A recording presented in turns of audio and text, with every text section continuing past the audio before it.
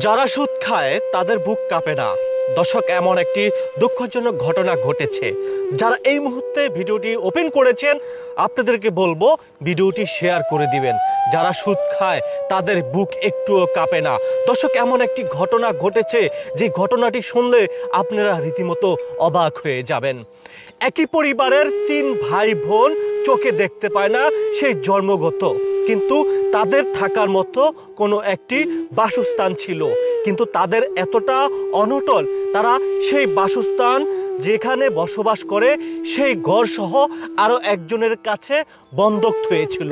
ওই যে গ্রামে যারা সুদ খায়, কিছু সুদখোর মানুষ রয়েছে, মানুষ সরলতার সুযোগ নিয়ে একেবারে সর্বনাশ করে ফেলে। কিন্তু একই পরিবারের যে 3 ভাই বোন, দেখেন, তাদের জমি থাকা বাসস্থান এবং তাদের কাছে বন্ধক দিয়েছে। বন্ধকের বিনিময়ে তাদের কাছে নিয়েছে 50,000 টাকা। এই 50,000 টাকা 2 বছরে তাদেরকে প্রতি মাসে 5,000 টাকা করে দেওয়ার কথা ছিল। বেশ কয়েক মাস 5,000 টাকা করে তাদের কিস্তি চালিয়েছেন। কিন্তু এমন একটা পরিস্থিতি, একই পরিবারের 3 ভাই বোন, তারা যে খাবে, তাদের খাওয়ার মতো খুব কষ্ট হয়ে যাচ্ছে। তো এক পর্যায়ে যাদের কাছ থেকে সুদ নিয়েছিল 50,000 টাকা, সেই 50,000 টাকা 2 বছরে 3 লক্ষ টাকা দাঁড়িয়েছে। ওই যে একই পরিবারের 3 ভাই বোন, তারা কিন্তু চোখে দেখতে পায় না। এক ভাই সিগনেচার বলতে কিছুই দিতে পারে না, তিনি দিয়েছেন হাতের টিপসই।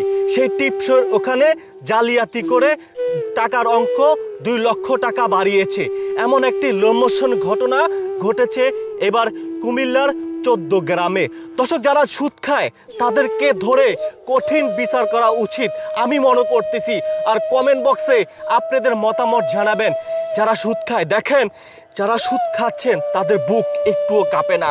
আরে, মানুষ তো বিপদে পড়ে আপনার কাছ থেকে টাকা নিচ্ছে, কিন্তু দেখেন, যখন এই যে 50,000 টাকা না দিতে পারায় তার যে গরু ছিল, সেই গরুটি নিয়ে চলে যাচ্ছিলেন সেই মাফিয়া।